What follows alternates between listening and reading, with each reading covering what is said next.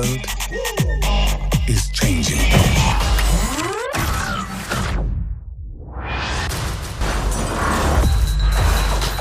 My name is Daryl Sawchuk. I'm a visual effects supervisor here at Method Studios. On Black Panther, I was one of the animation supervisors on the film.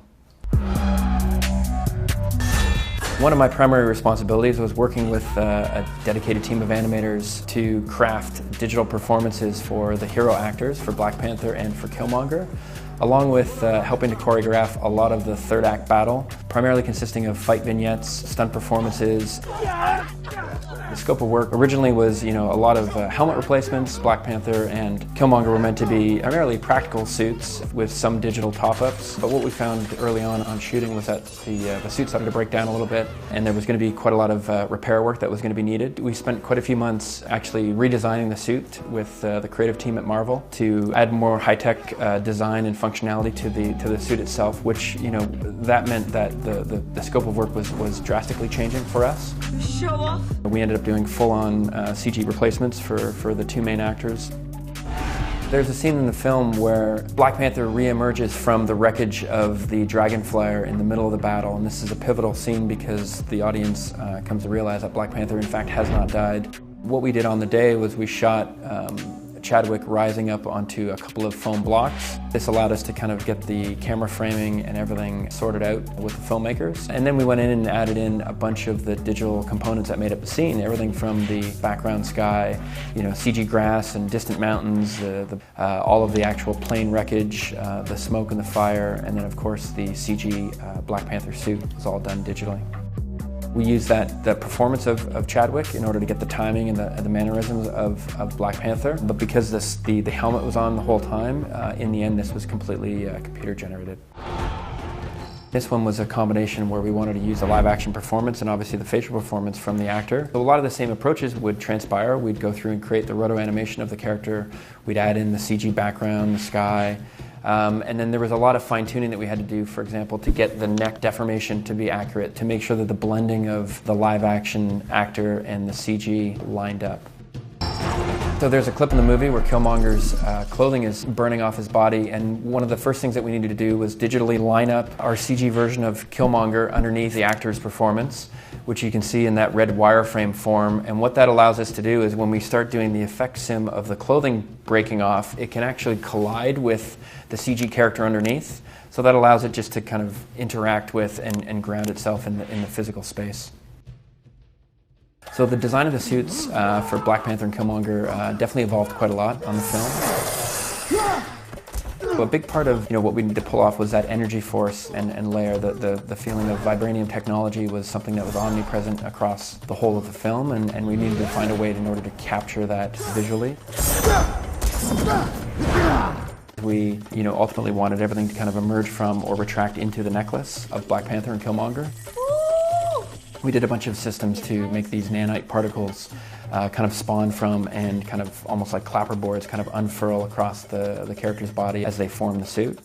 They really wanted to play the idea that whenever one of the actors took a hit, any kind of concussive force, that it was actually storing energy in the suit. Hey, wait a minute. The nanites absorb the kinetic energy and hold it in place for redistribution. Very nice. So we needed to show both, how that suit and how that energy was kind of powering up the suit and actually kind of emerging, and then actually how that was expanding outwards. The way in which we start building these characters is to go and shoot a lot of reference of the main actors and their stunt performers out on set. So that involves a lot of photography of them, both with and without their suits on. So we could see how their muscles were deforming and how their body would move. And then knowing that we had to do a lot of fight choreography, we actually had them do a bunch of punches and kicks and various combinations of movements that we had seen in both the previs and some of the early photography. A digital double is a computer-generated version of an actor or a performer or a stunt double. It's meant to augment stunt performances that that were done on set, or to do suit replacements as we need to in certain superhero films. What you can see here is the stunt performance that we had for Black Panther. The actor was a fantastic martial artist and was able to do some of the movements that would have taken a bunch of animators in a room quite a lot of time to be able to pull off the physicality and the realism on that performance. And what you can see is an example of the environment that we had on the day. There's some blue screen coverage in the back that would allow us to isolate the background extras that we had fighting in the background, the CG environment and the layers that we put into the Wakandan landscape. From there we went through and added in dozens of background digidoubles in order to make the fight scene feel much more expansive.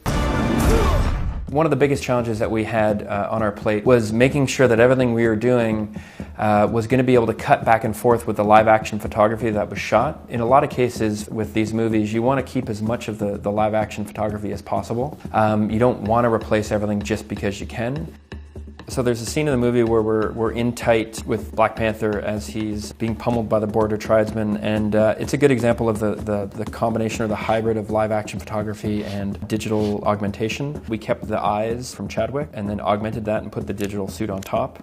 The reasons for keeping some of the live action, set pieces, the rocks and everything in the background, I mean, it's always a good idea to keep as much from principal photography as possible, just because we know that stuff is real, and then we augment around it, add in a bunch of effects and dust elements and everything to make sure that we sit ourselves in the scene. This is one of our biggest shots where Black Panther had to grab the spear and turn around and fire it off at the dragon flyer and then narrowly avoid being shot by the blasters on the way down. And this, ran the gamut. It had every one of the possible elements of what we had to do for the Wakandan battle on Mount Pushenga. So this had the full digital build for our environments. The first layer that we build out is our digital map painting of the sky in the distant background. And then we've got a layer of our CG environment. So this has got the full terrain that we've built out, the grass, the pearl rock in the background, the building off to the left. And then in the next pass, what you can see is we're adding in the digital character. And then from there, you can see there's a bunch of effects-heavy solutions or simulations for dust and debris that get kicked up in and around Black Panther as he runs up the hill. When the camera swings around, you can see there's a crowd of border tribesmen running down the field. The dragon flyer comes really close to camera and then digs into ground, kicking up a big dust and debris interaction pass. All of that had to be pulled together in compositing. One of the things that we did here with this shot was originally we, I think, shot it as 2 different takes.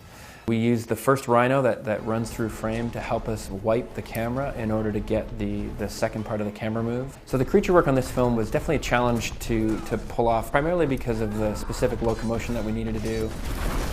A lot of times when you're trying to find, and build up the research of the actions that are required, there's only so much that you can find online. There wasn't necessarily a lot of reference of rhinos banking and running around camera or running around the corner. It can definitely be a little challenging, but what we'll do is we build up a library of basic gaits, so walks, and runs that we use a lot of reference for, that we know we kind of have the speed of locomotion worked out and feeling physically accurate. And then what we can do is kind of put that on a path to have it kind of meander through the crowd as we need to. From there we can kind of fine-tune the performance to either speed up or slow down the action that's required. But definitely it can be a little bit more challenging than some of the the straight digital double work that we had to do in the film, just because there wasn't really anything for us to match to. So there was a lot more creative interpretation of how those creatures needed to move.